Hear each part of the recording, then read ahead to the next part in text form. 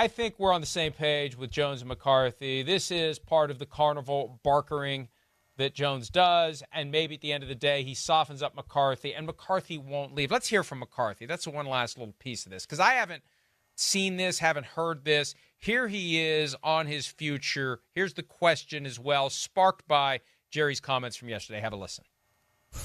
This morning, Jerry Jones said it wouldn't be crazy for you to get a contract extension. Why are you laughing? I hope you get it. Crazy, I mean. Just your thoughts that we're still talking about this, and here we are in late November, about your future and that kind of thing. Well, I mean, I really haven't talked about it all year, so I mean, definitely not going to start on a short week in an important division game. But I'm not going to throw away positive vibes either. So I'll keep them coming, but that's all good. That's funny. That's the way to handle it. And yeah, well, it's crazy. Why would it be crazy? I went 12-5 3 straight years. Never mind the playoff failures, but 12-5 3 straight years.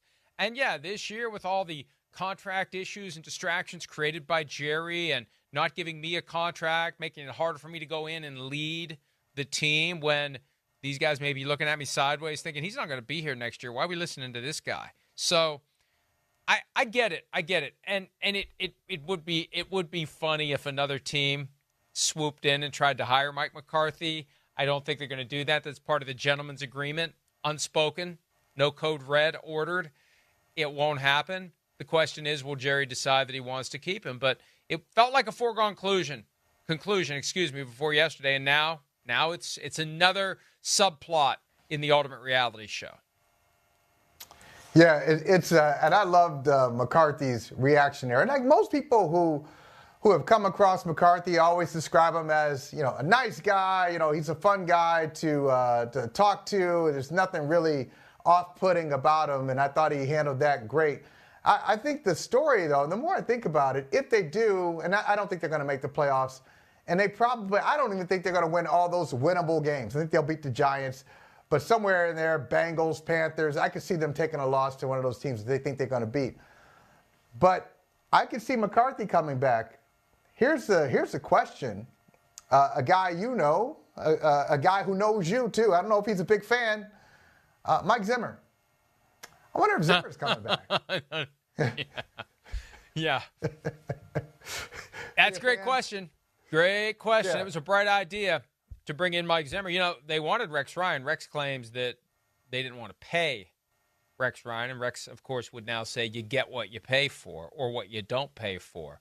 So that's an excellent point because the defense has been not good this year. And it could be that Zimmer is one and done. If McCarthy comes back, the other Mike might not be back. Very good point. So I think that's the issue. We've seen it before. A coach, you think he's out, comes in, tweaks the staff, or in the case of Nick Sirianni, really overhauls the staff, new OC, new DC, just to save his job, and it worked out well. We know what Dan Quinn did for the Cowboys. I thought he did a great job there as a defensive coordinator. And I know they've had some injuries too, Parsons being out, Lawrence, but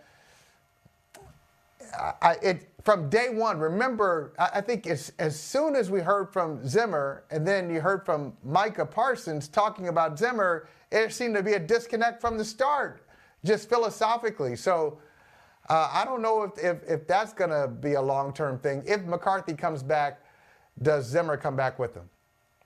Well, and it'll be fun to hear Zimmer unload if and when he's fired on why he failed. And the best argument is they screwed around with the CeeDee Lamb contract, the Dak Prescott contract. They didn't have money. They're supposedly all in as of late January. They couldn't even begin to go all in because they had these contract issues that created cap problems that prevented addressing the flaws on the defensive side of the ball. And here we were in training camp. They were treating training camp like the first couple of weeks of free agency, grabbing whatever guys they could find and jamming them into the middle of the defensive line. What do you expect if it doesn't work? So Zimmer will have plenty to say. Now, he might not have anything to say until after his buyout expires. Coaches become a lot more loquacious about their gripes after they get the last buyout check. Before that, they're petrified to say anything that could get the team to turn off the faucet of the money that's owed, because all those contracts have that language in there that thou shalt not say bad things about the employer. And if you do, we don't have to pay you the rest of your money. So it may take a while for Zimmer to unload, but he just might. And he would have a fair argument to make. And really that brings it all back to, regardless of who the coach is it going to change for the Cowboys?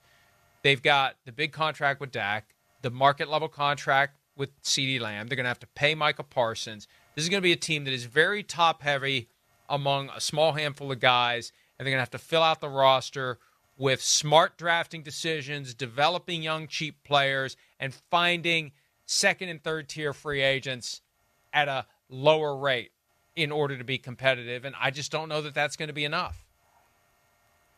Yeah, they already started. At the trade deadline. Jonathan Mingo, that was one of those, hey, give up a fourth-round pick for a player who we've got, we had a high draft grade on, and we hope he pops for us next year, because we're looking for somebody to pop at a reasonable price, because we got to start thinking about this stuff after we paid our stars big-time, top-of-market star money.